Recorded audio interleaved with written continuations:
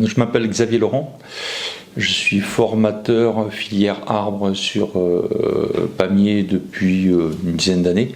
Donc là en ce moment, en même temps, je suis référent de la formation arboriste élagueur en apprentissage.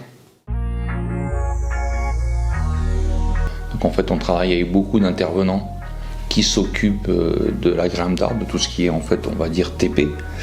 Et donc moi je m'occupe plus au niveau des cours de la partie théorique, la connaissance de l'arbre, les tailles, les soins, etc. Et je m'occupe aussi de l'organisation de la formation et du suivi aussi des apprentis avec leur entreprise.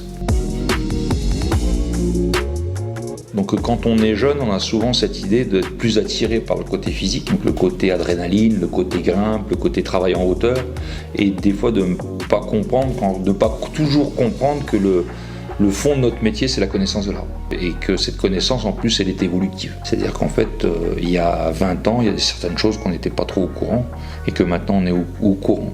La connaissance qu'on acquiert à l'école, c'est une connaissance qui va se poursuivre toute leur carrière. C'est pas parce que vous avez fini l'école que vous avez fini d'apprendre. Je pense que pour un arboriste élagueur, la pire des choses, c'est de se retrouver à grimper sur un arbre qu'il ne connaît pas. Alors oui, il y a des parcours spécifiques, c'est-à-dire qu'en fait c'est un diplôme, c'est un diplôme qui est un CS, donc c'est un certificat de spécialisation. Donc dans le purement parlant, il vous faut d'abord un niveau bac. Normalement, il vous faut un bac particulier, c'est-à-dire un bac qui soit issu de la foresterie ou un bac qui soit issu du jardin espace vert, ou au moins 3 ans d'expérience professionnelle. Il faut que ce soit du plaisir. C'est un métier qui ne peut pas se faire par la contrainte. Je décrirais ce métier-là dans ce côté, il faut être passionné de l'arbre et passionné de ces travaux particuliers qu'on va faire dans l'arbre.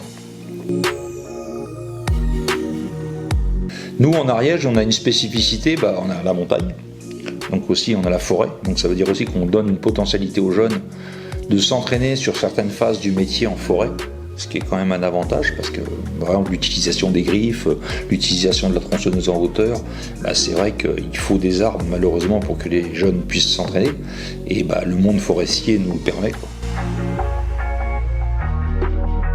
Il n'y a pas de côté hiérarchisation, il n'y a pas de côté école, je dirais prof, élève, c'est vraiment un échange de compétences. Et des fois les apprentis apportent eux-mêmes aussi leurs propres compétences. C'est pas le savoir qui est détenu par une école, c'est un savoir qu'on essaye de partager entre ceux qui viennent et ceux qui sont là. Donc ce que je souhaite aux jeunes, c'est ça, c'est d'avoir cette passion. Moi je leur dis toujours ça, je dis ici, quand ils viendront ici, ils pourront nous reprocher beaucoup de choses, peut-être mon mauvais caractère, mais pas ma passion. Ça c'est clair et net, ils ne pourront pas me reprocher ma passion par rapport aux arbres.